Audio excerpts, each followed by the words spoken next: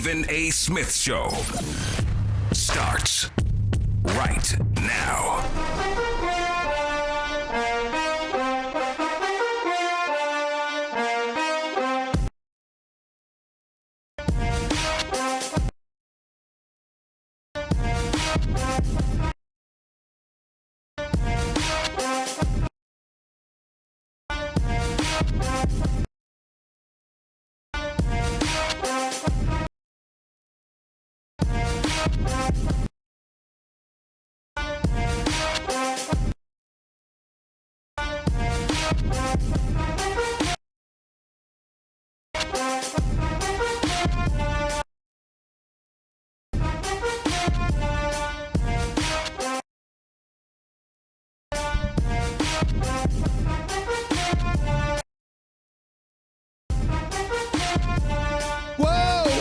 What's up, everybody? Welcome to the latest edition of the Stephen A. Smith Show, coming at you as I love to do every weekday over the airwaves of ESPN Radio and ESPN News, 250 plus markets across the United States of America. Check your AM, FM listing nearest you, plus ESPN Radio on SiriusXM Channel 80, plus ESPN Radio simulcast over the live national television airwaves of ESPN News. Number to call up, as always, is 888-SAY-ESPN. It's 888-729-3776. The Stephen A. Smith Show on ESPN Radio is presented by Progressive Insurance. Cars, homes, boats, motorcycles, RVs, and more at Progressive.com. Time for Straight Talk, brought to you by Straight Talk Wireless. Look, lots of stuff to get into today. Le'Veon Bell, New York Jets, I'll get to him in just a few moments. But there was a game that took place on Monday Night Football last night. My boys Joe Tessitore and Boogie McFarland called the game, as they do every Monday night. And it was really, really interesting to see what transpired. Case Keenum throws 3 interceptions after spending the first 2 games throwing 5 touchdowns, not a single interception. Case Keenum threw 3 interceptions last night, fumbled the ball twice. The Chicago Bears were all over him. All over him. Khalil Mack is just that dude. Ain't no other way to slice it. He's just that dude. Plain and simple. You just look at them right now, and clearly the Chicago Bears appear to be the class of the NFC North.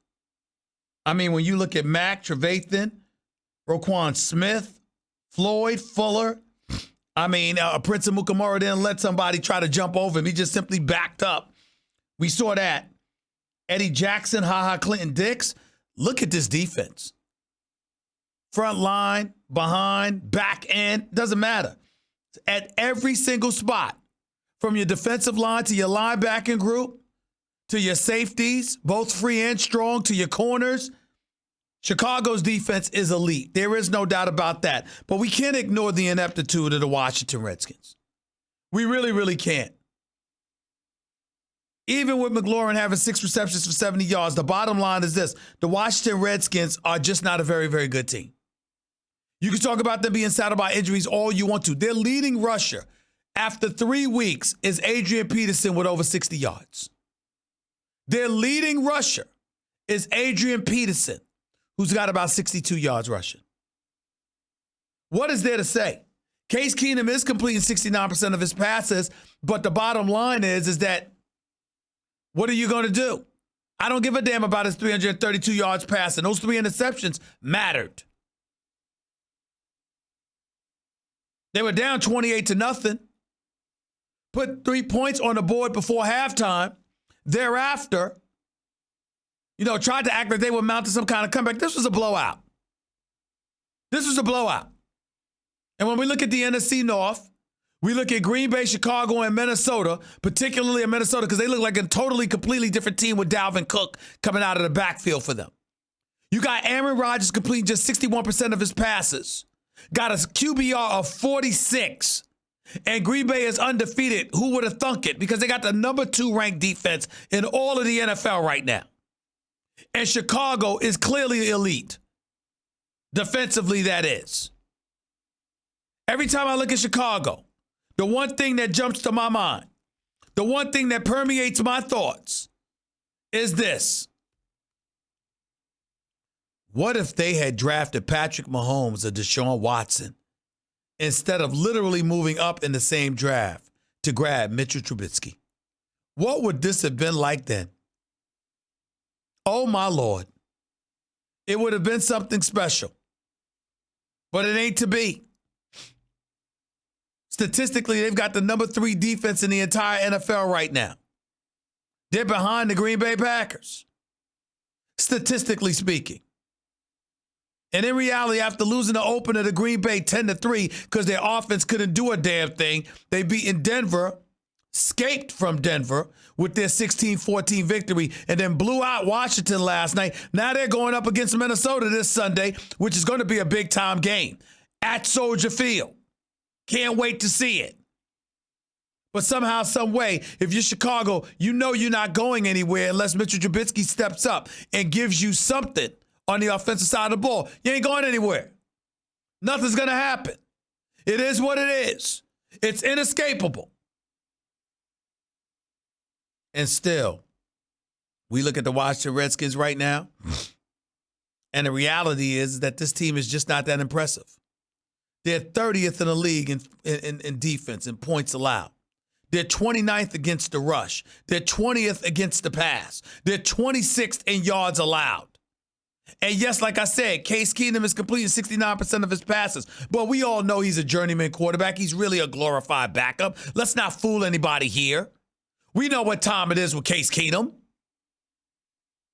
And then when you take into consideration what you saw from Daniel Jones this past Sunday for the New York Giants in Tampa, when he brought the Giants back from a 28-10 deficit, and they ended up winning the damn game because they at one point they had outscored Tampa 22-3 in the second half. What do we have here? I'll tell you what we have. We have a situation where the Washington Redskins and its fan base is clamoring to see Dwayne Haskins. You know, that quarterback out of Ohio State who started and played one season and threw for 50 touchdowns? That dude. And some people are sitting there saying, Stephen A., don't sit up there and have these expectations. That's what they're saying.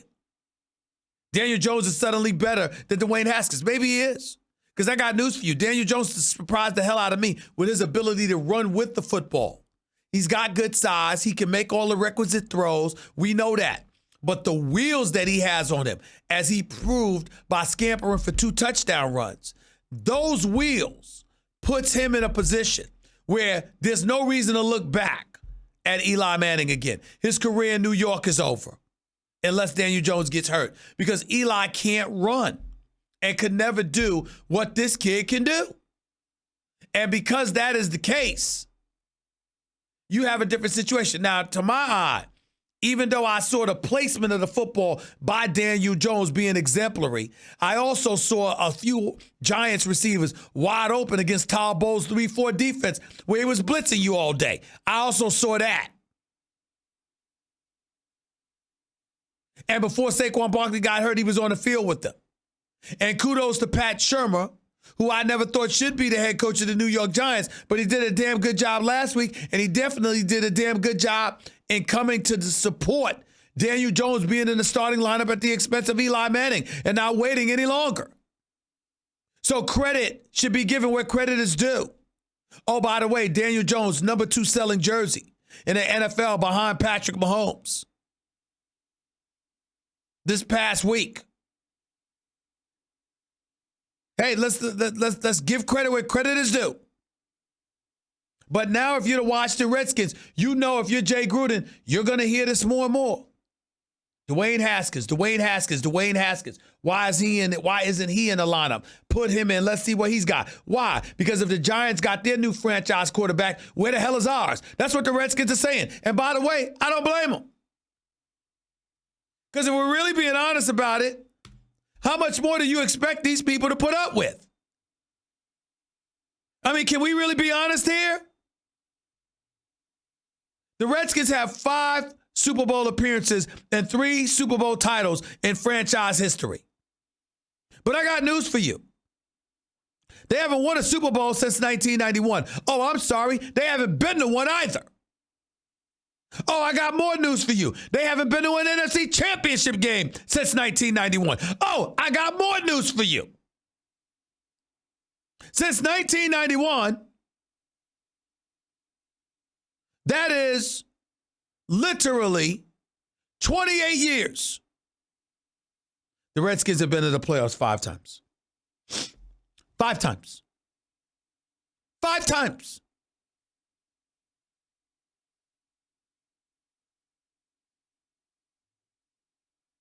In 28 years. What the hell you expect people to feel? You got sit up there, I don't know if it was Jonathan Allen or somebody, going to some profanity-laced rebuttal with reporters yesterday about people counting them out and don't love us now, don't love us later then, don't love us later then. Well, when have you given them anything to love?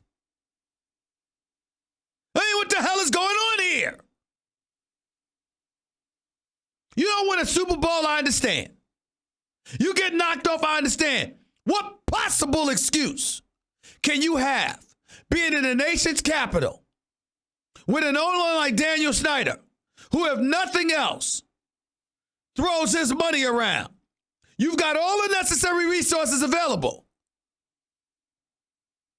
There's been plenty of times we looked at the Redskins and we've seen talent. And you got 5 playoff appearances in 28 years to show for it. And you got an attitude with the public, with the media. Don't support us now, don't support us later. What have you given them to support? Inquiring minds would like to know. I mean, no disrespect, Jonathan Allen. I'm just asking. I'm just asking. I mean, you got to be kidding me.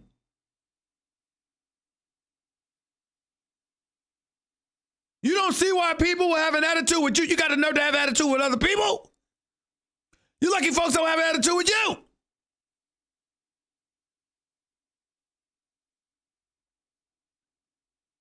Washington Redskins have one of the worst rushing attacks in all of football, by the way, with Adrian Peterson on their roster. Love him. Good brother. It's almost that time, if not that time already. 30th ranked rushing attack in the entire NFL. Got the New York Giants, a road game at the New York Giants this Sunday, a game they should win. Then after that, they host the New England Patriots. Then they play the Miami Dolphins. You can make a legitimate argument that the Redskins should win 2 of the next 3 games against the Giants and the Dolphins. But with this team, we don't know what they're going to do. And therein lies the problem. Let me state this for the record because I just want to get this off my chest. Jay Gruden shouldn't have lasted the season. I'm going to say it again. Jay Gruden should not last the season. I mean, no disrespect. Not trying to take money out of a man's pocket. Not trying to impede one's ability to feed their family. I know I wouldn't want anybody to do it to me. I mean no disrespect. I truly don't. But Jay Gruden has had long enough. He's had 6 years. And for those of you who want to sit up there and say, well, you know what, they were 6-4 before Alex Smith went down against the Houston Texans last November, blah, blah, blah. Well, you know what? Is there a big difference between Alex Smith and Kirk Cousins? I don't think so. Jay Gruden was 7-9 the year before with Kirk Cousins, and 8-7-1 the year before that with Kirk Cousins. Jay Gruden has had ample opportunity to turn this team around. And the fact of the matter is, he hasn't. And I'm going to say something most people don't want to say, but it's the truth. We all know that Jay Gruden really got the job because of his last name. I'm sorry, it's just the truth. I believe it to be true. Too much nepotism going on in the National Football League. Too many people getting hired because of the connections that they have. And, you know, people looking at them and saying, well, we like this guy, blah, blah, blah. But the reality is, if we're really being honest,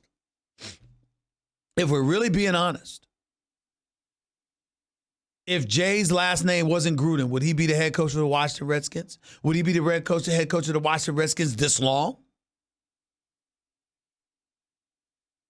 I don't think so. I don't think so. The season is not even a quarter old, and already it's perceived by over 50% of the Washington Redskins fan base to be over. Except October hasn't even arrived yet. The Thanksgiving holiday is damn near 2 months away, and people are already saying, we're toast, we're done. That's a damn shame. And at some point in time, you got to be willing to give other folks a chance, not just the folks you're comfortable with.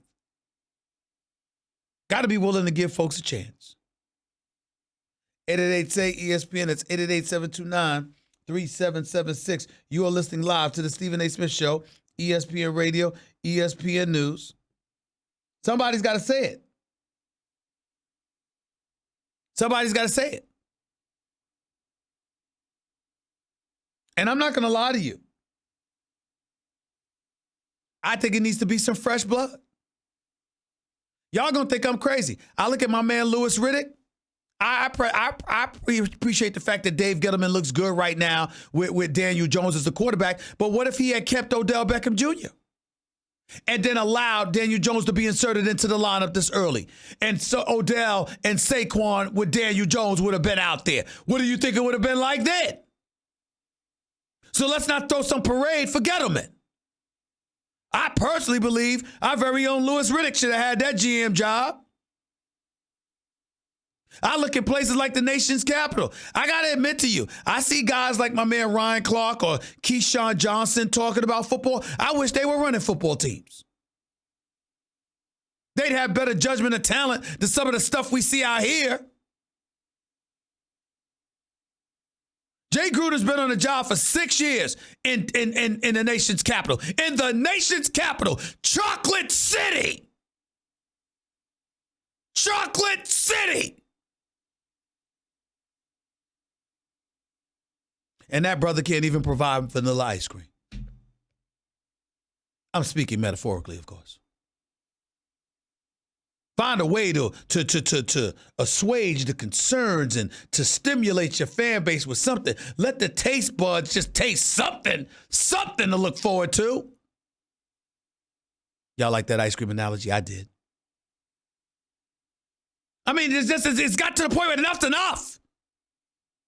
Enough's enough. I'm just seeing folks around here just lose it. Keeping that job. But we're going to talk about Mike Tomlin like he needs to lose his job, right? Man's won more regular season games than everybody since but Bill Belichick. But he needs to lose his job. We're going to rave about Sean Payton like he the second coming. Mike Tomlin's been in as many AFC championship games as he's been in NFC championship games. He's been in more Super Bowls. He has just as many Super Bowl victories. And oh, by the way, he ain't missed the playoffs anymore than Sean Payton did. But Sean Payton, the genius, Mike Tomlin got to go.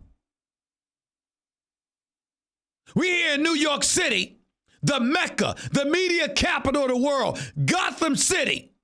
And these organizations have given us Pat Shurmur and Adam Gase. Really? Really? Go out west. I'm proud of the Rams and what they're doing. Sean McVay is that dude. Anthony Lynn, mad respect to him. Even though the Chargers lost Sunday. Oakland Raiders, John Gruden, $100 million man. An additional $18 million in incentives. Getting rid of people he won't want. Bringing in people he do want straight off the television. I mean, Mike Mayock, no NFL experience whatsoever. Not as a coach, a player personnel guy, a scout, nothing. He the GM. GM. I mean, you can't make this up. You can't make this up. So I'm going to hold down the fort here because all I want is fairness. We talk about Ron Rivera, how he need to go in Carolina. Cam ain't healthy. What that GM over there do to put the talent on the field with Cam Newton when he was healthy? But Ron Rivera's on some hot seat. Jay Gruden's employed. And I got news for you. Jay Gruden ain't going to lose a job because guess what? His brother's in the league. How much you want to make a bet? If all else fails, his brother will bring him to Oakland before he got a chance to pass gas. This kind of stuff that's going on. Too much nepotism. Not enough demand for productivity. Holding fan bases hostage while you go out there and put forth one subpar product after another, after another, after another. And nobody says a damn thing. Well, I'm going to say something. I'm going to say something.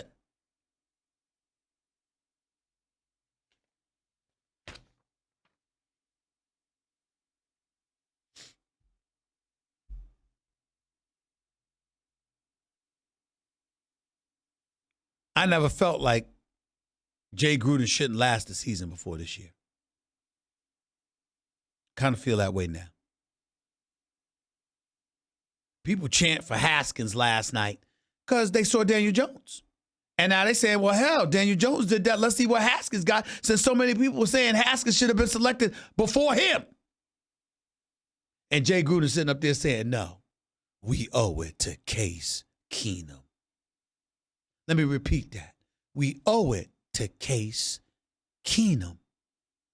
A career journeyman, glorified backup, one good year as a starter in Minnesota, went to Denver, couldn't get it done. Now he in the nation's capital. Only because Colt McCoy went down and Alex Smith is out and his career might be over for all we know. We don't know. And because Case Keenum there, who's incredibly accustomed to being a backup, by the way, we got to make sure we continue to start him.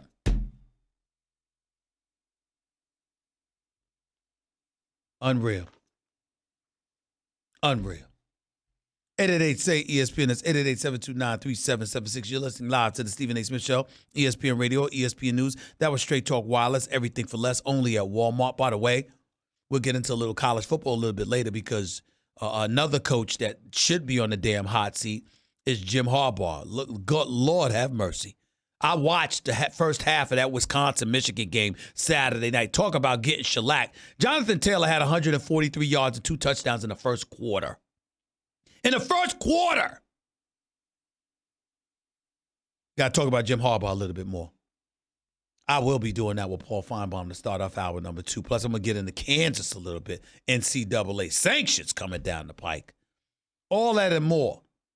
Plus, I'll get to your phone call, so don't touch that dial. And, of course, I'll get to the Jets and Le'Veon Bell as well. Stick around. Don't touch that dial. You're listening live to the Stephen A. Smith Show, ESPN Radio, ESPN News. By the way, by now, you've probably heard me talk about my computer career and think, nope, not me. I don't know the first thing about computers. Well, that's okay. You don't have to. Before they started, many of their graduates could turn a computer on and off. And that's it. Now they're IT professionals. And you can do it too. But I will say this.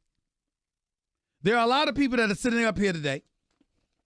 My partner in crime on First Take, Max Kellerman, apologizing to Dave Gettleman, the general manager for the New York Giants. I ain't giving Gettleman no damn apology. Props to Gettleman and Shermer for picking their guy, Daniel Jones. All of that is true. I would remind everybody what the critique was when the NFL draft took place in Nashville a few months ago. If y'all recall, it was not that Daniel Jones could not play.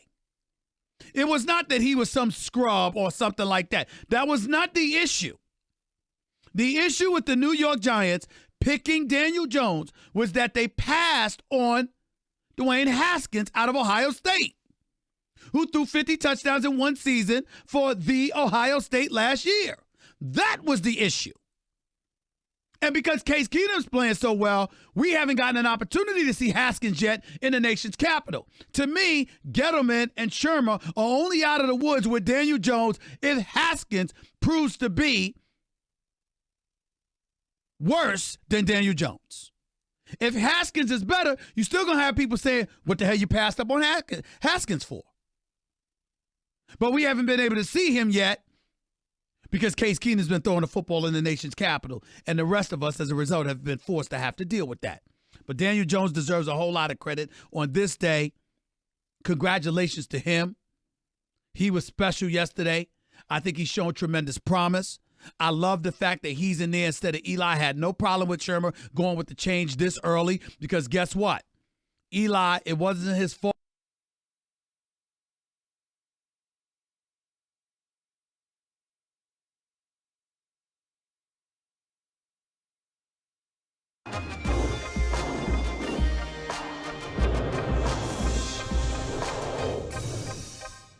But I will say this.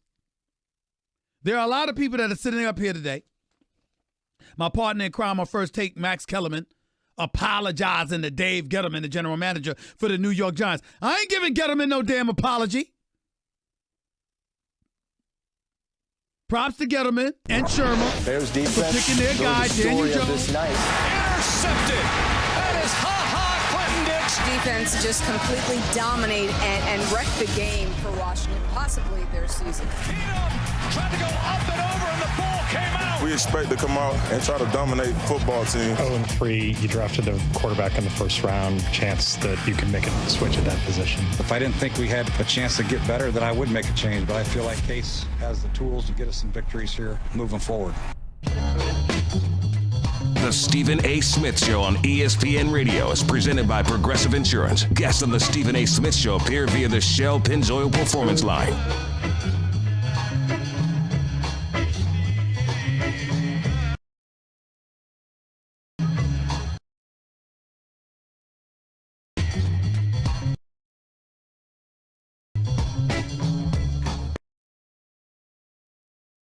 $32 minutes past hour number one back here in the Stephen A. Smith Show, ESPN Radio, ESPN News, 888-SAY-ESPN is always the number to call up. This 888-729-3776. If you missed my opening segment, go check it out on demand in the Stephen A. Smith podcast, brought to you by the Capital One Quicksilver Card, earning unlimited 1.5% cash back on every purchase everywhere. Hey, what's in your wallet? 888-SAY-ESPN is always the number to call up. That's 888-729-3776. Let's go to the phones. Let's go to Aaron. You're live with Stephen A. Talk to me, Aaron. What's up? Stephen A., the Raiders threw $100 million at John Gruden. I can't imagine they were throwing it at the wall, but he bungled the Khalil Mack situation, and he's now bungled the Antonio Brown situation. Whoa. Stop right there. Stop. Two things in fairness to John Gruden. A, he wanted to go the offensive route. He's an offensive guy. He got rid of Khalil Mack. He got rid of Amari Cooper, who's a number one receiver. Didn't understand that one. Okay. And kept Derek Carr. Okay. In the case of Antonio Brown, I am not blaming anybody for that but Antonio Brown. Nobody could have predicted that kind of behavior. When have we seen it before, Aaron? When have we seen it before? But what I do blame him for is letting Antonio Brown get all that public and not pursuing it. What are you talking about? He let Antonio Brown play him like a fool. He made the Raiders look like fools for signing him in the first place when they weren't. He was soft. The Patriots you can make that argument. He was soft in handling Antonio, but that was probably because of the commitment that he made to him, and he wanted to exhaust all options necessary. But nobody could have predicted that Antonio Brown was going to act that way, who, by the way, is now enrolled in online classes at his alma mater, Central Michigan, by the way. Let's make sure we give him a round of applause for pursuing his education. Also, he can act uneducated when he wants to. Anyway, go ahead. That's true. And you can't blame John because even after all that, the Patriots turned around and still signed Antonio Brown. So none of that must have been detractors from signing such a talent. But what's it going to take for the Oakland Raiders? What level of unsuccess does it take for the Oakland Raiders to give John Gruden the boot? Well, I know he's not going anywhere. You gave him $100 million. You stuck with John Gruden. For 10 years? You're just going to keep him around for 10 years? I'm just saying, maybe not 10 years, but you're going to be stuck with him for the next several years. You gave him $100 million. Give him $100 million, and John Gruden is synonymous with the Raiders, and you're going to move to Las Vegas. John Gruden ain't going no damn place for the time being. You can get over that dream. Appreciate the call, though. Thank you. Let's go to Mitch. You're live with Stephen A. What's up, Mitch? Hey, Stephen A. How you doing, bud? I'm all right. Go ahead, man. Hey, just want to get your opinion here on who you think is going to win the NFC North. I personally think it's between the Vikings and Green Bay, but just kind of want to get your thoughts on that. I'm going to go with Green Bay. Here's why I'm going to go with Green Bay. They got the number 2 ranked defense in the NFL. For a change, Aaron Rodgers has a defense. He hasn't been great. Only completes 61% of his passes. He's got 4 touchdowns, no interceptions on the season. The QBR 46. He has been less than stellar, no doubt about it. But how long do we think that's going to last? We don't think that's going to last long with Aaron Rodgers, right? Meanwhile, your competition is Mitchell Trubisky and Kirk Cousins. Who do you think I'm picking? No, I completely understand that. But you do have to admit in that game 2 weeks ago, the Vikings and Green Bay, if they would have ran the ball Dalvin Cook on the goal line when they were in first and goal, they would have won that game. Maybe they so. shut them down. Maybe so. But the fact of the matter is the Vikings find ways to lose. And that's usually the case with Kirk Cousins, who had an absolutely awful game. And you know that. Regardless of their chances, the fact of the matter is the biggest reason they had a chance is because Kirk Cousins played like trash. All right. When do you think Aaron Rodgers is going to be the bad man that you're always talking about? A few weeks. He's there with Matt LaFleur. And they got to figure it out. They got to get on the same page. That's all. Once that happens, watch what Aaron Rodgers does. I'm not worried about it in the slightest. Appreciate the call. Zorita, you're live with Stephen A. on ESPN Radio. Stephen A. Smith. How are you? How you doing? I'm amazing. I think you are the cat's meow. I watch you in the morning. I'm listening to you now at work. My coworker said I would never get through to you, and look, I got through to you. Yes, you did. Congratulations. Yes. Thank you so much for calling. Thank you so much. Thank you. How may I help you? What's on your mind? Well, just a quickie. Don't hang up on me because I know you're quick to do that to people. The AB thing, I think that there's more to come with it.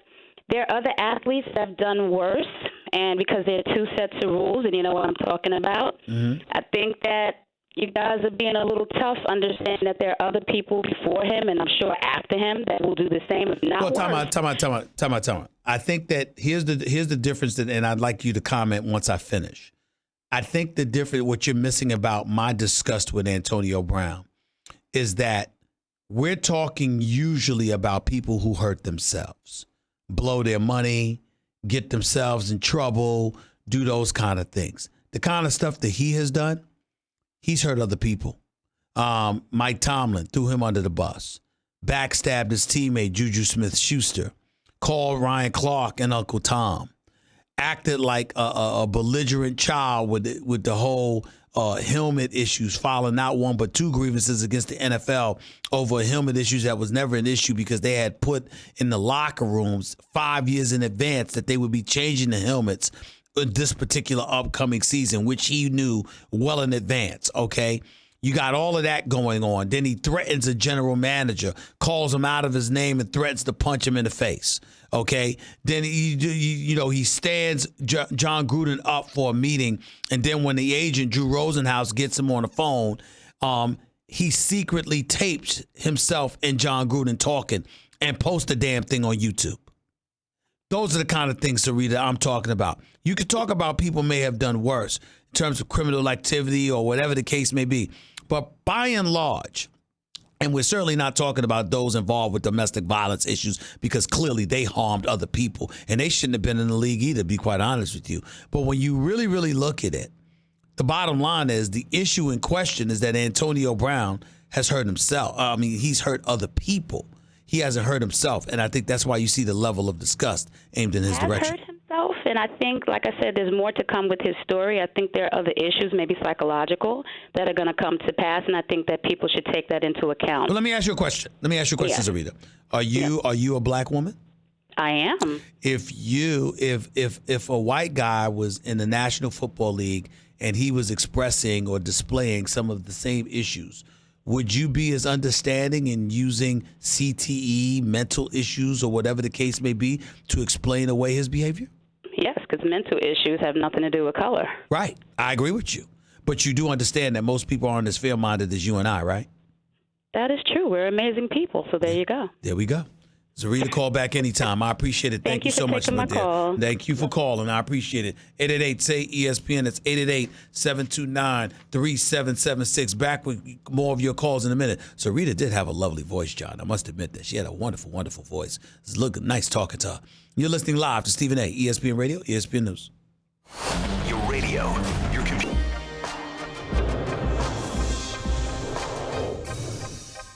I know where y'all going with this, but, we just got to do. And once again, he's preoccupied with stuff like that. But here's the deal.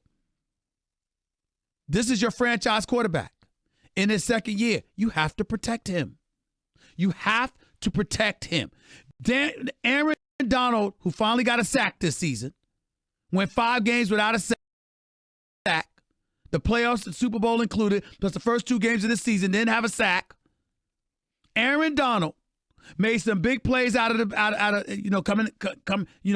the quarterback, got a sack, got some pressures, stuffed the run on a couple of occasions. He's a monster. We know who Aaron Donald is. We know what he brings to the table. But let me be very, very clear. If you are Freddie Kitchens, you cannot have a situation where you got 6 pre-snap penalties in a game. Can't happen. Illegal motion. Odell Beckham Jr., one instance. I forgot who it was, the other. False starts on the part of your offensive lineman. Really? Didn't I tell y'all? First year head coach, second year quarterback. Did I not tell y'all? Everybody wanted to anoint the Cleveland Browns like they arrived. I told you it's going to be a work in progress. You're playing against grown men. Now, Myles Garrett is a grown man. He's something special. And when you look at his pressures and when you look at the 15-plus snaps he had last year or the 14-plus snaps that he had last year, I mean, listen, he ain't Aaron Donald, but he's next in line. His brother is special. And I love the potential that I'm seeing on the Cleveland Browns. No doubt about that. But I got news for you. They haven't arrived yet because coaching matters. Baker Mayfield scrambling about 10, 15, 20 yards behind the line of scrimmage, running for his life. That matters. Penalties galore. That matters. Undisciplined behavior. That matters. All of this stuff contributes to winning or lack thereof. And that is what has happened to the Cleveland Browns. I know how talented they are. I know what a threat they are. But to act like they've arrived, you all were premature. Like I told you were.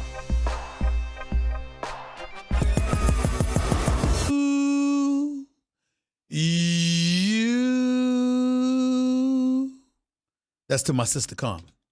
It's her birthday today. Gentlemen, you got to be smart enough to know you don't say a woman's age publicly. That's suicide. That's what that is. So I'm not going to tell you how old my sister Carmen is. But today is her birthday. Okay? So I just wanted to make sure that my sister Carmen, everybody knows my sister Carmen, she's a year older today. Looking just as good as you want to look. Happy birthday, sis. Anyway, Stephen A. Smith Show being brought to you live from above Pier 17, South Street Seaport. Presented by Chase. Hour number 2, Paul Finebaum will be on the show with yours truly. By the way, before I forget, both Rex Ryan and Marcus Spears, NFL analysts for ESPN, were on Get Up in consecutive days, and both of them alluded to Baker Mayfield being overrated. I'm not going to go that far because I'm actually very fond of Baker Mayfield. But I will say this. Got to the league last year. The man's thrown more interceptions than anybody. Got 19 interceptions. He's got 19 interceptions in 17 games. 19 interceptions in 16 starts. He's got 19 interceptions. Just thought it was important to point that out. Jared, you're live with Stephen A. What's up? Hey, Stephen A., man. I just want to talk to you about my Browns, man. I watched the game Sunday, and I just want to know what's going through Freddie Kitchens' mind, man. He ran a draw on 4th and 9. Don't understand what he was doing that for. And then we get down on the goal line. I think we were on the 6th or 7th yard line. He didn't run the ball not one time. He didn't run the ball not one time. But what did I tell all of you Browns fans out there? I told y'all, second-year head coach, second-year quarterback, rookie head coach. I actually think that Freddie Kitchens is going to end up doing a really good job. I'm not betting my money against him. I like his personality. I like, I don't think that he lacks knowledge about football. But the reality of the situation is he's looked like a rookie coach in the first 3 games. He's made a comedy of errors, which would bring you to the conclusion that he didn't have this team as prepared as they needed to be. They're one of, if not the league leaders in penalties. They had 6 pre-snap penalties in Sunday night's game against the Rams. Baker Mayfield's out there running for his life. You're not protecting him. And not only that, as a former offensive coordinator, you work with the quarterback. That's probably why you got the job. You don't know to get the ball to Odell Beckham Jr.? You don't know that? I mean, what is there to say? Yeah, I understand. What I just don't understand is where is he getting his play calling from? That's why I understand John Dorsey picked him or whatnot to get the job, and then it's only 3 games into the job, buddy. It's only 3 games into the job. It has not been impressive. He's made some mistakes, but it's only 3 games. That's all I'm saying. The problem is the line, though. I got you. Appreciate the call, man. Thank you. Oren, you're live with Stephen A. What's up? Hey, what's up, Stephen A? How you doing, man? I'm all right. I've had better days when it comes to being a Steelers fan. I'll tell you that much. Well, go ahead. I'm going to tell you, I feel your pain. Born in L.A., Lawton, Queens. I was born a year after you, October 15th, 1968. Lifelong Knicks fan, Yankee fan, and a Steeler fan. So when you talk, I feel your pain, my brother. Yeah. Fully. But I wanted to ask you, I heard you talk about Mike Tomlin earlier. One, do you think if this season goes belly up, are they going to keep Mike Tomlin around? And 2, what do you see as the Steelers doing this season? I think the Steelers keep him around because they lost Big Ben Roethlisberger. I think if Big Ben Roethlisberger had not gotten hurt and the team looked this way, I think Mike Tomlin could have been in some trouble. But in light of the fact that Antonio Brown, with his shenanigans and clearly them knowing what they had to deal with now that problem is gone, Le'Veon Bell, no holdout, he's no longer there. Big Ben Roethlisberger injury keeps him out for the entire season. I think because of that, you look at what Mike Tomlin has to work against and you say, okay, I would bring him back for next year. Although I'm not going to be comfortable with what we're doing, I'm hoping that he'll be able to stir this ship in the right direction. Gotta go. 888-SAY-ESPN. That's 888-729-3776. Hour number 2 up next. The great one himself, the mouth of the South, Paul Finebaum, will be right here with yours truly in a minute. The Stephen A. Smith Show starts right now.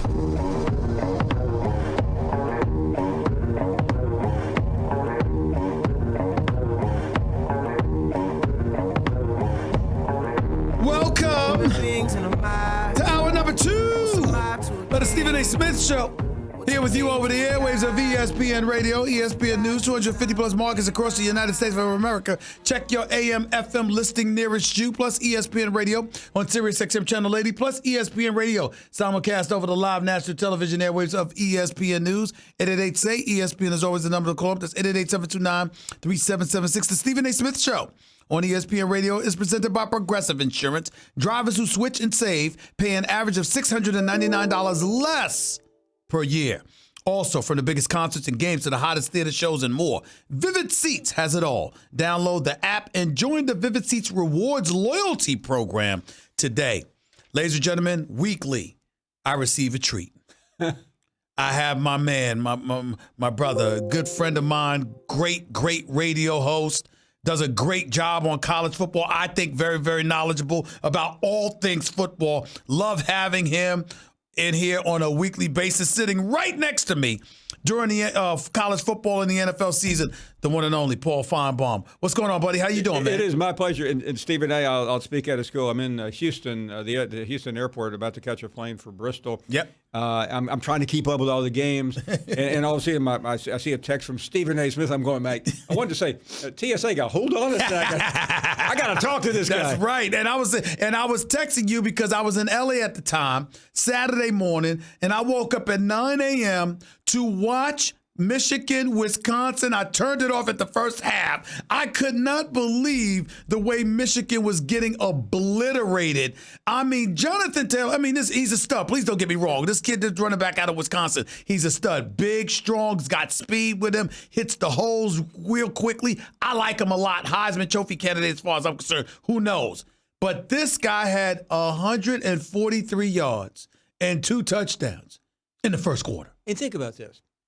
After the Army embarrassment, where Michigan survived in overtime, 2 weeks, they had a bye week. That's right. And on the second play of the game, they had to call timeout because they weren't lined up correctly. Now, who do you blame? You want to blame? That's coaching.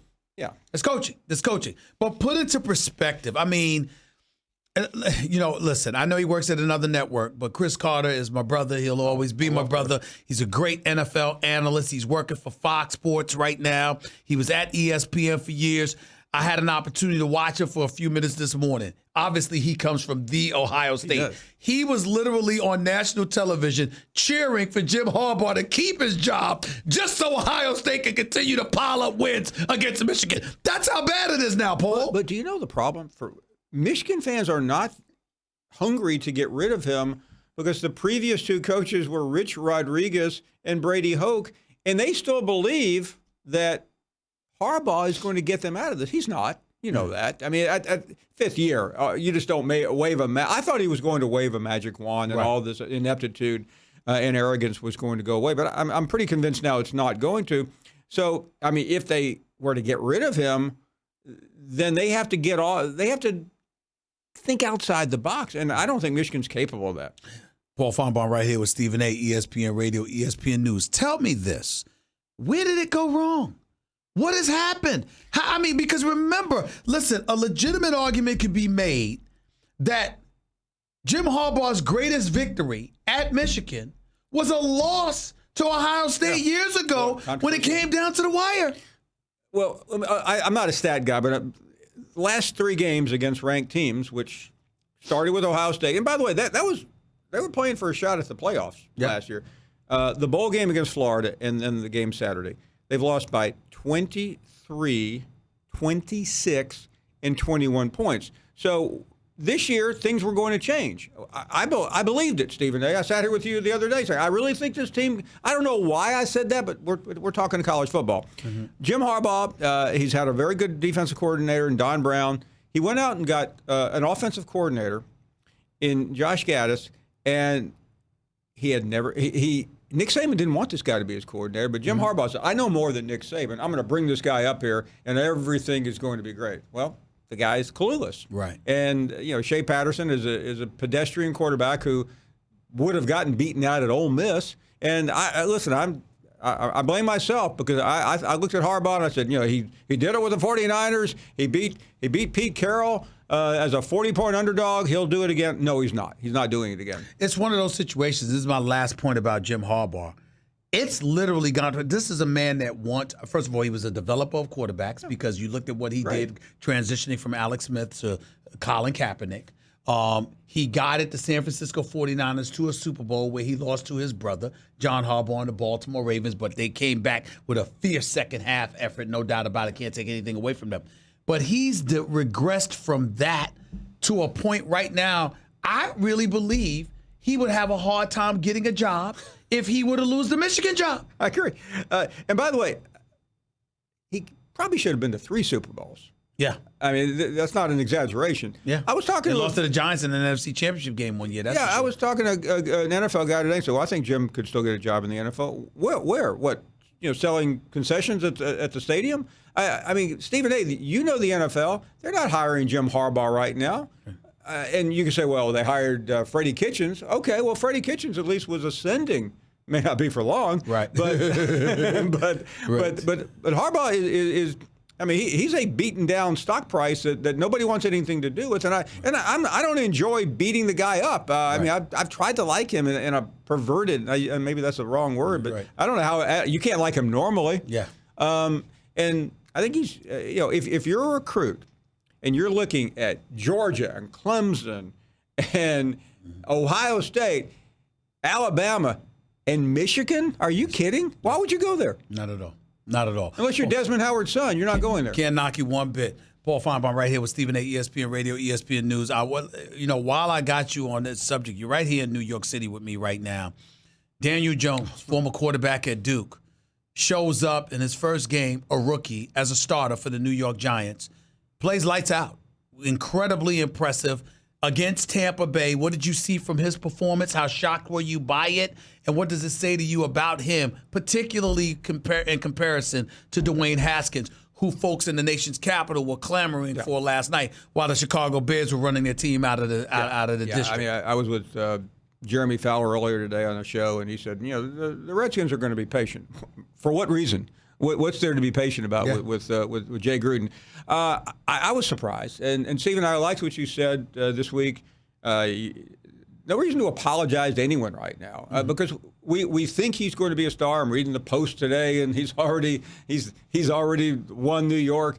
It takes a while, but you don't do what he did if you don't have enormous talent. And I think he always had that. It was just a matter of fitting in and supplanting Eli Manning. And I live about a mile from where he went to high school in Charlotte. And I've talked to people, and they say, yeah, he was a good quarterback, but no one saw this. This isn't a guy you saw in the 10th grade and go, oh, he's going to be the starter for the New York Giants in 5 years. He was average to pedestrian most of his career at Duke. He did well his final year. I heard another analyst today, well, he's part of the David Cutcliffe tree. Oh, well, so was Eli Manning. Mm-hmm. So that does not matter, but he has an innate ability to perform on a big stage, like I saw Kyle Allen do the same thing in Arizona the other day. I saw him 4 years ago, and he looked like a can't-miss player when he beat out Kyler Murray, and then he flamed out too. Right. But what are we to make of one game, though? See, I'm looking at Tampa. They transitioned from the Tampa 2 to cover 2 to the Todd Bowles 3-4 defense. They're going to blitz you all day long. Marcus Spears was explaining to me that how complicated that is to figure out. So you're looking at him read and go through his progressions, etc. And his placement of the football can't be denied, etc. I'm still of the mindset it was impressive. He deserves a lot of kudos. He does. A lot of points. But it was one game. Yeah. One game. Yeah, I haven't run into Dave Gettleman. I'm not apologizing to him. Exactly. Because I don't blame anyone in New York. New York needs a hero. You live here. This is your city. Right. I mean, but the New York. And it stinks. Football stinks here right now, and it has stuff for the last few years. You can't say that, but I will, Paul. Well, I can. But you can, but I'll do it for you. Yeah, I dropped $2 on a New York Post today because I was curious with the back page. They're trying to sell papers. They're a newspaper. What are they going to put on the back cover? That's right. Sam Darnold with a mask on. Ain't gonna happen. I mean. I have no problem with what anyone has said, but let's calm down here. I agree with you, Stephen. Everyone falling over backwards and then running what everyone said on draft night. It's one game, and it's impressive. One game. Having said all of that, do you think Daniel Jones, and I know it's two different situations, but do you think Daniel Jones' situation somehow influenced Jay Gruden in the nation's capital when it comes to taking a look at Dwayne Haskins? In light of the fact that Dwayne Haskins last seen was throwing 50 touchdowns for the Ohio State? You have to. I mean, would you start Case Keenum after last night? No, you can't. 2 fumbles, 3 interceptions? No. But Jay Gruden's determined to start him. Well, good. And next year, when he's an analyst somewhere, he can think back on what a great decision that was. How about that, right? I mean, he's not surviving, and I frankly think putting in Haskins is essential. I mean, the season's over for the Redskins. Why not? Mm-hmm. Paul Finebaum right here with Stephen A. ESPN Radio, ESPN News. Before we get into something else involving the NCAA, I wanted to ask you, Notre Dame put up a better fight against Georgia, came down to the wire, put up a better fight against Georgia than I think you even anticipated, Paul Finebaum. What happened? Stephen, I mean, Brian Kelly's about the last guy I want to say, you know what, you were right, you did a good job, because he can be obstinate, but he had his team ready to play. That atmosphere was as difficult as I have seen, as electric as I have seen in a long time of covering college football. And his team had a shot at winning. That's all you can hope for. You can quibble about Kirby Smart in Georgia. He's got more than a little bit of Nick Saban in him when it came to nursing a lead. But Notre Dame acquitted itself. I thought it would be a 2-touchdown game, maybe more.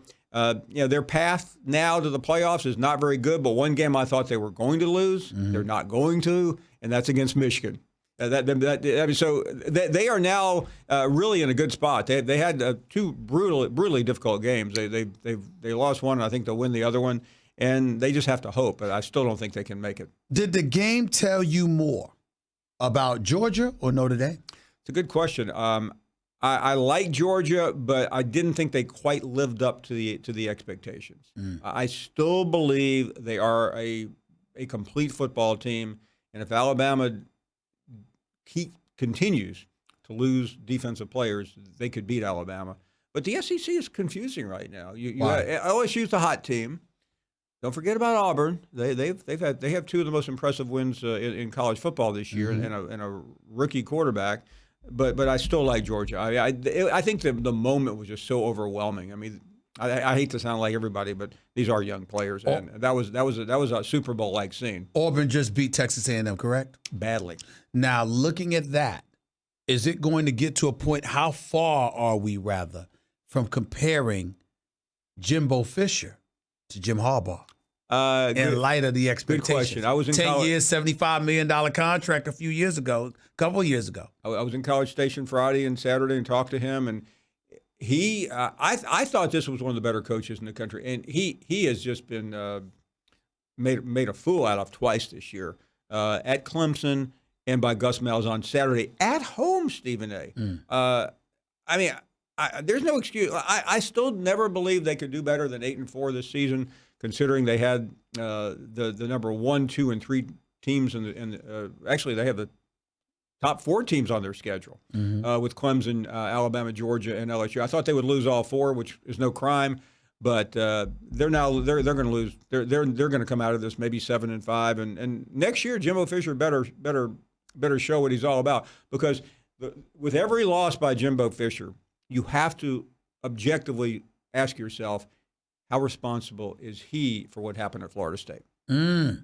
Interesting point. He left a mess there. Paul, yeah, it is a mess. Paul Finebaum right here with Stephen A., ESPN Radio, ESPN News. I actually got to go down to Clemson October 11th. First Take is doing the show from Clemson. Oh, my goodness. Okay, before they play Florida State. And, by the way, I promised Dabo I would speak to the team. So I'll be speaking to the Clemson Tigers as well. So we'll see what happens. This will be entertaining. That will be absolutely. I owe them an apology because I kept picking against them when it came to Alabama, and Dabo keeps reminding me of that. Do me a favor. If you see Trevor Lawrence, snap a picture of him. Yeah, what's going on with him? Because I don't know if we'll see him again this year, because they don't have anybody left to play that we'll be paying attention to. Yeah, that's a good point. I mean, they're going to be on milk cartons pretty soon. So with that being said, how do you view the Heisman race unfolding in light of the fact that there's a level of competition that he's not going to face? Tua's doing his thing. There's no denying that. Plus, you got some other guys you're looking at as well. I think Trevor will have a difficult time getting back in the Heisman because of what I just got through saying. He will not be in a meaningful game until December 28th, Stephen A. I mean, he can rack up big numbers, and he's off to kind of a shaky start in the games we watched. But I'm not going to watch this weekend. You're going to say, let me plan my day around Clemson at North Carolina. No, nobody's watching them. Nobody's watching. So the Heisman right now is Joe Burrow, who was at Ohio State, played behind Haskins. He is he's the leader right now. Tua, I think, is going to be a finalist. Depends on how that game will knock out somebody. The winner of the Alabama LSU game, the loser is probably gone. Jalen Hurts is still a major contender. Yes, and Jalen Hurts has looked absolutely spectacular. Do we look Justin at it? Fields, do we look at that and praise Lincoln Riley? Do we look at that and say Jalen Hurts? This was a winner we just ignored. I mean, how do we look at it? No, listen. I think Jalen was a good quarterback. He wasn't as good as he is now, but again, he's been around a long time, Stephen A. So, but Lincoln Riley is still the best quarterback coach out there. There's no doubt about that. And I just only wish I could represent Lincoln Riley because man, are the offers going to start piling up on his house? Here's my attitude. Doesn't Cliff Kingsbury help his cause tremendously? If Cliff Kingsbury can get a job and he's got a below 500 record as a college coach just because he got relationships with some quarterbacks. Here's a guy in Lincoln Riley that's produced the last 2 Heisman Trophy winners, and it might be 3 in a row before all of a sudden. Yeah, I mean, he may not go to the Cowboys like I originally thought, Right. but listen, Cowboys season has still got a long way to go. It's not over. Nobody's apologizing. I know you're not apologizing to anybody out there. And that's what people need to remember. I'm not trying to give a lesson here. Just let's stop this overreaction train every week. This is a long season in college and the NFL. I want to transition. We're talking to Paul Finebaum right here with Stephen A. ESPN Radio, ESPN News. Something very, very important came down over the last day or so. As first reported, Pat Forte, Pete Thamel, and Dan Wetzel of Yahoo Sports, the NCAA issued a notice of allegations against the University of Kansas basketball team. The men's basketball program was charged with 3 level 1 violations and lack of institutional control, which means that's Bill Self, the head coach, the future Hall of Fame head coach, as far as I'm concerned, for Kansas Jayhawks. This is a guy that's going to have a responsibility charge aimed in his direction. You cover college sports, you cover college football, you know this stuff backwards and forwards.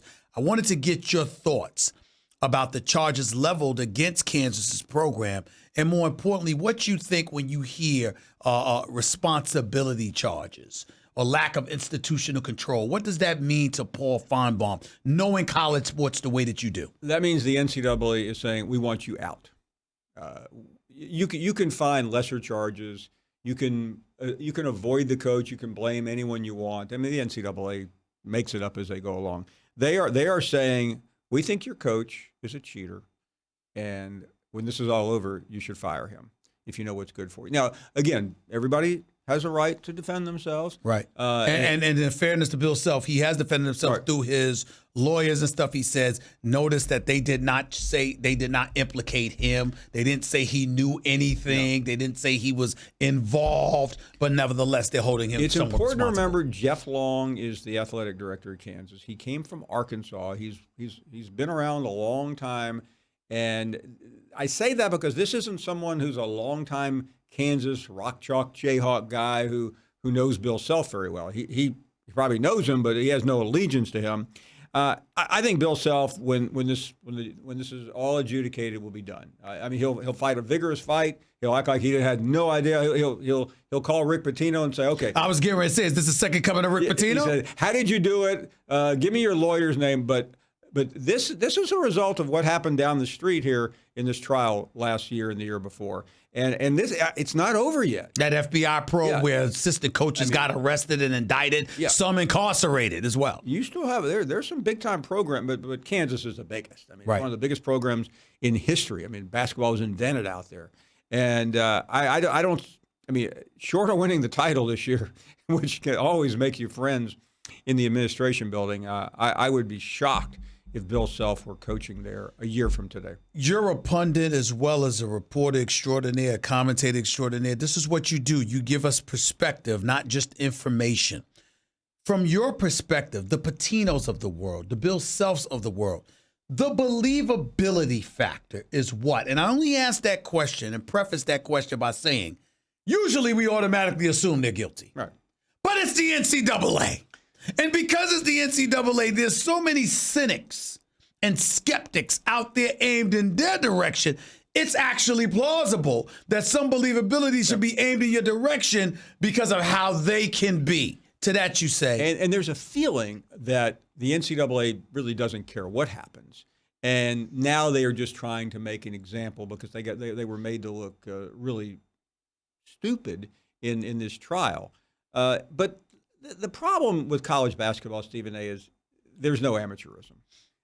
It's the Wild West, and nobody expects to get caught because the NCAA is not really trying to. The NCAA could not do this on their own. 30 years ago, when you were a reporter, we had some faith in the NCAA enforcement. They now just follow Twitter to see where the next scandal breaks, where Yahoo or ESPN are outside the lines. They have no. So I mean, they're depending entirely on the FBI, and they're depending entirely on the trial. So with that, they have a case, but they couldn't have come up with this case on their own. And what Bill Self is going to argue, listen, I mean, they're trying to make an example out of me. It sounds like every crook in federal court, except in his case, he is going to be the poster child. Yeah, and then that's not going to stop them from dropping some sanctions down in their direction. But there's cheating. Cheating is rampant. I asked a head coach in a major Power 5 league a couple of months ago. We were at an event late at night, and I said, how much cheating goes on? He said, about 75% of the head coaches cheat. Wow. And by cheating, that means what? That means ginning the system, using middlemen, pushing the envelope. We're not talking about Brinkstrup, where 40 years ago you dropped off cash. No. I mean, there are a million ways to buy a player, but nowadays it's obvious the way you do it. You have middlemen who represent the footwear companies. Mm-hmm.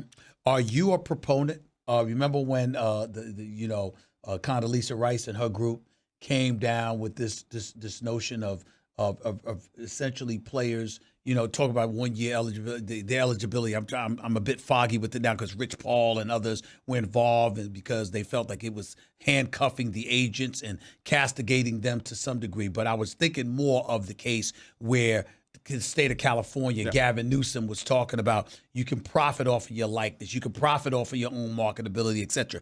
Were you a proponent of that? I wasn't early on, but I am now. Why? Because I just think it doesn't solve the problem we're talking about, but it does continue to give freedom to the athletes. And I know we're with the Bill Self thing, we're getting very close to the line. And I've had people that cover this on a daily basis say, don't be so outraged. It's all dirty. Everyone's doing it. The NCAA doesn't really even care. But that's not really the way college athletics ought to be run. Right. And that's why I do think Bill Self will go down, and he'll probably go down for a lot of other people who have been cheating. He just happens to be one of the biggest names in the industry. Wow.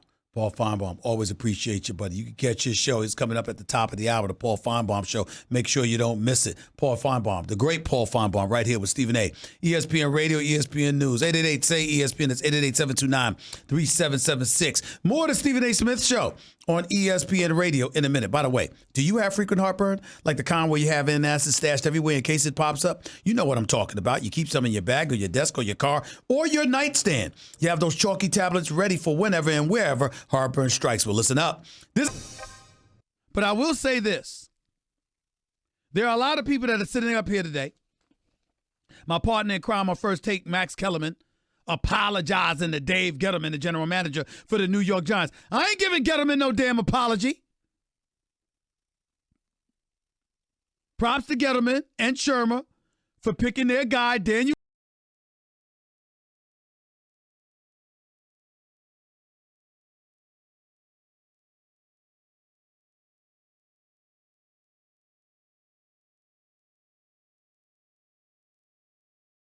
Haskins is better. You're still going to have people saying, what the hell you passed up on Haskins for?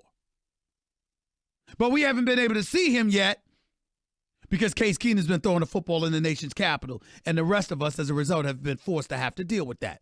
But Daniel Jones deserves a whole lot of credit on this day. Congratulations to him. He was special yesterday. I think he's shown tremendous promise. I love the fact that he's in there instead of Eli. I had no problem with Shermer going with the change this early because guess what? Eli, it wasn't his fault that they were losing games. He just wasn't somebody that was going to enable you to win games. If Eli Manning was the quarterback yesterday, the Giants are not coming back from a 28-10 deficit. That's just the truth. That's just the truth.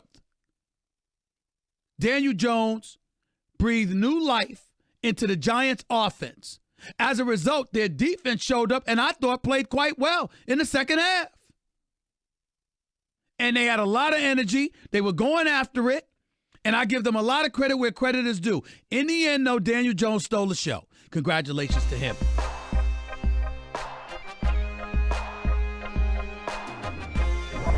That defense, what they showed tonight to me is this is a Chicago team that's ready to win right now. The back end, Kyle, Eddie Jackson, Prince. I got to take those guys to dinner.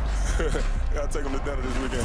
I am concerned about Mitch Trubisky. An offense that does at times struggle to get a lot going. He was a bus-driving quarterback tonight. He drove the bus very well, got it to where he needed to go most of the time. They came away with a nice win.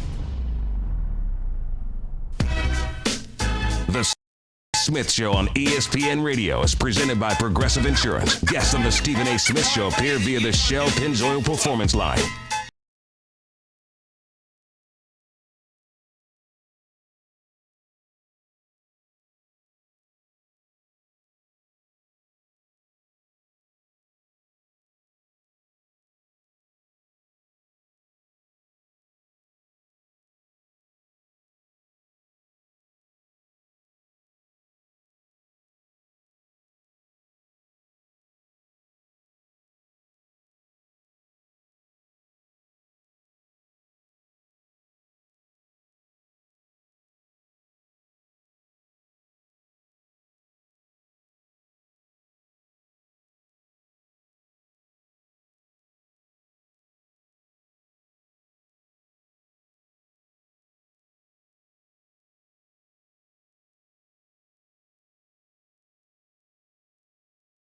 Brought to you by the new Shell V-Power Nitro Plus Premium Gasoline. Now with 4 levels of defense against gunk, wear, corrosion, and friction.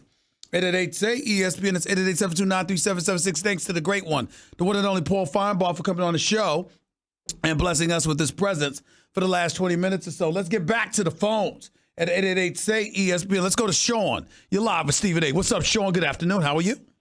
Not bad. How you doing, Stephen A? I'm all right, man. Go ahead.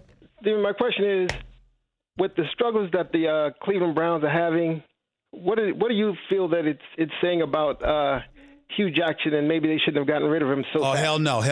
You can't go there. I like Hugh Jackson as a person. I'm fond of him, but he was 1-31 in 2 years as a head coach, and then didn't start off great as well. A tie was a reason for victory, for crying out loud. I want to hear that. There's no argument that could be made for Hugh Jackson in terms of his record. And I respect the man, I truly do, but there is no argument that could be made for him, especially when you had Baker Mayfield and you still elected to hold him out in favor of Tyrod Taylor and all of that stuff. Baker Mayfield clearly does not like Hugh Jackson as well. You can't make any argument for Hugh Jackson. I'm sorry. All right. All right. Have a nice day. Let's go to Sean. You're live with Stephen A. What's up, Sean? Hey, Stephen A. How you doing? How are you? I'm all right. So I wanted to talk to you about the Colts and mainly Jacoby Brissett and the job that those boys are doing out there in Indy. Mm-hmm. You know, he started out 16 for 16 on the day, ended up, I believe it was 28 for 37, 300 yards, 2 touchdowns, 0. Time out. Don't ever call me up on this show giving up stats from a previous game from a day ago. You think we don't know the damn stats? Don't waste your energy with that nonsense. Come on now. Go ahead. That's my fault. But I think, coming up, they got the Oakland Raiders and the Chiefs. And if they can just keep managing their... Well, first of all, they'll probably beat Oakland. That's in Indy. They're already 2-1. They'll probably beat Oakland, which means they'll be 3-1 before going to Kansas City, a game they'll probably lose, by the way. But this kid, Jacoby Brissett, has complete 71% of his passes. He's got 7 touchdowns, just 1 interception on the season. He's playing fantastic. Just managing. He's just not doing too much. Not. He's doing enough. He's got 646 yards passing in the first 3 games. That's not shabby. It's not great. I got it. He's doing just enough. QBR's only at 63, but I got to give credit where credit is due. You got a lot of guys raving about this guy and how they weren't going to fall off the cliff just because Andrew Luck retired. I got to admit, I'm impressed. Marlon Mack's averaging nearly 5 yards a carry. You still got T.Y. Hilton doing his thing. They're connecting on 80% of the times he's targeted. I'm just looking at them right now. It's really about their defense too, by the way. If you really look at it, it's nothing spectacular. 13th against the pass, 20th against the run, 20th ranked defense overall. But you got to look at the game management abilities of Jacoby Brissett and look at what they've been doing thus far. Atlanta's a shocker because Atlanta yet again found another way to lose a game. I'm very shocked by what I'm seeing from Atlanta thus far. Losing the 2 games that they've lost this year, 1 and 2 on the season. But you're Indy, you've beaten Tennessee and you've beaten Atlanta by a grand total of 5 points, but you still got it done. Got to give credit where credit is due, Sean. Appreciate the call. Z, you're live with Stephen A. Talk to me. Stephen A., how's it going? I'm all right, man. What's up? First and foremost, man, I want to congratulate you on being, I should call you Ambassador Smith now, seeing you an ambassador of the HBCUs. Congratulations on that. Congratulations on your scholarship at WFSU. My sister was a 2007 alum there, so bad love to you, man. Enough respect to you on that. Congratulations on that. We thank you for all that you're doing for the HBCUs. Thank you, man. Go ahead. Second thing is the Cowboys. I mean, I know you're a hater and everything, but I'm a Cowboys fan. But I'm gonna say this: I don't. It's not the Cowboys. It's the fans. I can't stand y'all. I despise Cowboy fans. It's not the team. It's the fans. It's the fact that I'll have to listen to y'all if they win. That is what sickens me. I'm a realistic fan. I know you might not have many realistic Cowboys fans, but I'm one of them. First and foremost, I think we're looking good. 3-0. We should be 3-0. I know it's trap. I think the last 2 games were trap games, but we pulled them out. We did good. The next 3 weeks are going to be a test for us. We got the Saints next week. Then we got the Jets. Stop right there. The next 3 or 4 weeks will be a test for you, not the third week. Going to the New York Jets, please. Talk about walking in the park. I mean, please. You've got New Orleans on the road and then Green Bay. And then after the Jets, you got Philly. Okay. So 3 of your next 4 games will tell a story. I expect you to be 6-1 after going into week 7. Well, I appreciate that, Stephen A. I wanted to get your thoughts. I usually take these teams like the Jets and other teams like that as trap games because, the only thing I'm not liking about the Cowboys is we start off slow. If we could start the offense starting off a little bit quicker, I'd like it a little bit better. You're not winning. You're not beating both New Orleans and Green Bay. Okay? So you're going to lose one of those games, but you'll win one of those games. You'll beat the Jets, which means you'll be 5-1 after week 6. And then after that, you'll go up against the Eagles. That's going to be a home game. I think you'll split with the Eagles this year. I don't know which game you're going to win, whether it's at Philly or at Dallas, but you're losing one of those 2 games against the Eagles this year. I can agree with that. Again, brother, thanks again. Congratulations on everything. Much success and blessings. Thanks a lot, man. One Appreciate love. it. Thanks a lot, man. Thank you so much. Fred, you're live with Stephen A. Talk to me, Fred. First off, Stephen A., I want to say I do agree with you. There is a lot of nepotism going on in the league. Mm-hmm. And my question pertains to the Buffalo Bills. Do you think our offense needs to be a little bit more aggressive? I just don't know how talented your offense is. That's my issue with the Buffalo Bills. I don't know how talented it is. When you talk about aggression, all right, you got the 5th-ranked rushing attack, okay? That's good. Frank Gore is running the football for you.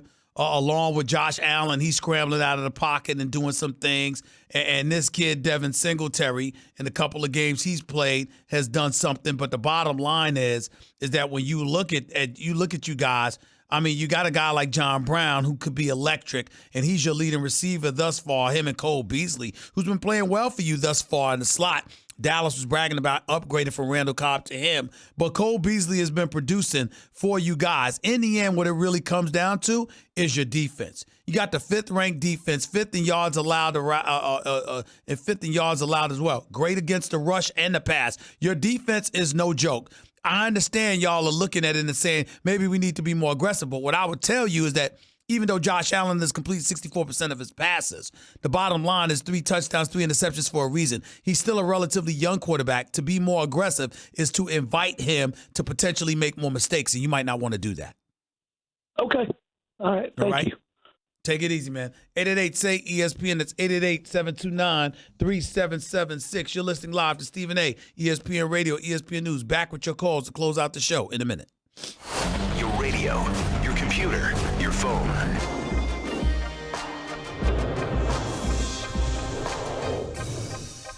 I know where y'all going with this, but, we just got to do. And once again, he's preoccupied with stuff like that. But here's the deal. This is your franchise quarterback. In his 2nd year, you have to protect him. You have to protect him. Aaron Donald, who finally got a sack this season, went 5 games without a sack. The playoffs, the Super Bowl included, plus the first 2 games of this season, didn't have a sack.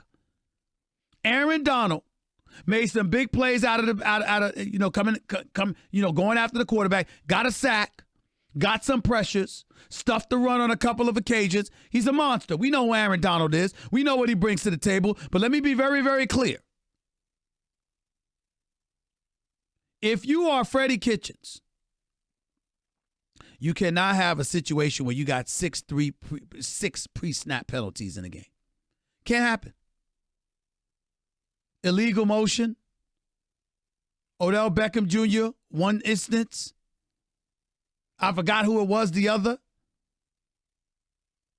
False starts on the part of your offensive lineman. Really? Didn't I tell y'all? First year head coach, second year quarterback. Did I not tell y'all?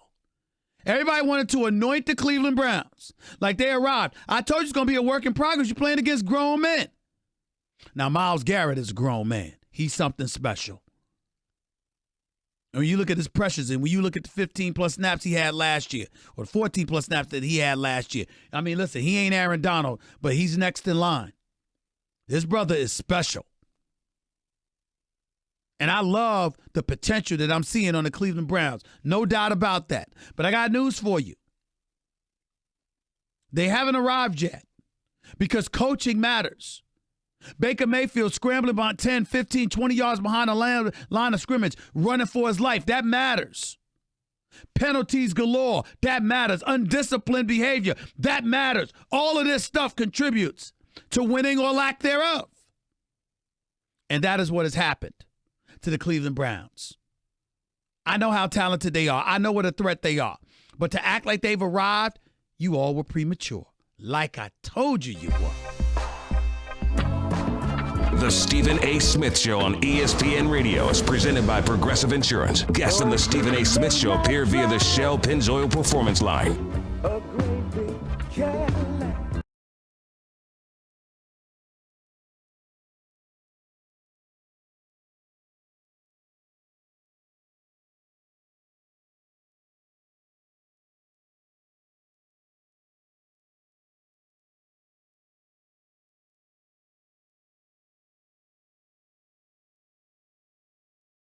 Stephen A. Smith Podcast, brought to you by the Capital One Quicksilver Card, earning unlimited 1.5% cash back on every purchase, everywhere. Hey, what's in your wallet? Brad, you're live with Stephen A. Talk to me. How you doing, Stephen A? I like that little group you were doing in the intermission. I want to talk about the Eagles, man. I know you're an Eagle fan. I'm not an Eagles fan. I'm a Steelers fan, but go ahead. Oh, you're a Steelers. Oh, okay. But you got the Eagles winning the NFC East. Yes. So, do you still have them winning the NFC East? Hell no. So do you think? Oh, you don't have them winning? You know why? Because of injuries. First of all, they're injured, and secondly, listen, you can't be dropping passes, Nelson Aguilar. Can't be fumbling the ball either. Deshaun Jackson's got to get back up in there.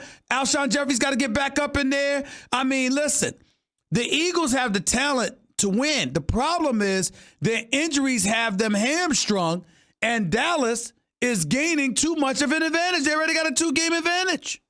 Do you have them making the playoffs? I don't know yet. They got to get healthy. That depends on how soon they get healthy. Is he pressing too much? Who? Carson Wentz.